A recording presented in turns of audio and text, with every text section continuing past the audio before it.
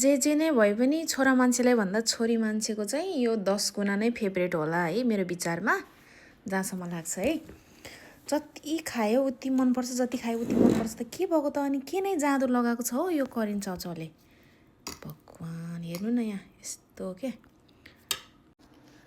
एक बारको जिन्दगीमा नखाइ नखाइ मर्नुभन्दा खाएरै मर्ने नि होइन, के छ र आफ्नो मनपर्ने चिज त।